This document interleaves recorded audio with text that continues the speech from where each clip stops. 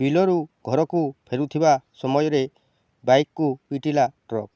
ଘଟଣାସ୍ଥଳରେ ବାଇକ୍ ଆରୋହୀ ମୃତ, ଡ୍ରାଇଭର ଫେରାର। ଘଟଣାଟି ଘଟିଛି ସୁବର୍ଣ୍ଣପୁର ଜିଲ୍ଲା ରାମପୁର ଥାନା ଅଞ୍ଚଳରେ।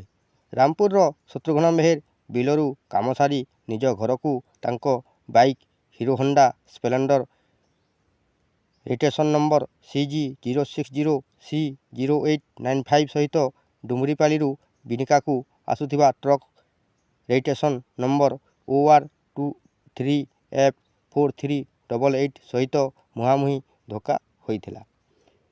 ବାଇକ୍ ଆରୋହୀକୁ ଟ୍ରକ୍ ପ୍ରାୟ 10 ମିଟର ଯାଏ ଘୋଷାଡ଼ି ନେଇଥିଲା। ବାଇକ୍ ଆରୋହୀର ଘଟଣାସ୍ଥଳରେ ମୃତ୍ୟୁ ହୋଇଯାଇଥିବା ବେଳେ ଟ୍ରକ୍ ଡ୍ରାଇଭର ଫେରାର ମାରିଥିଲା। କ୍ଷତିପୂରଣ ଦାବିରେ ପରିବାର ଲୋକ, ସ୍ଥାନୀୟ ଲୋକ ସୁବର୍ଣ୍ଣପୁର ବଡ଼ଗଡ଼ ମୁଖ୍ୟ ରାସ୍ତା ମଧ୍ୟ ଅବରୋଧ କରିଥିଲେ।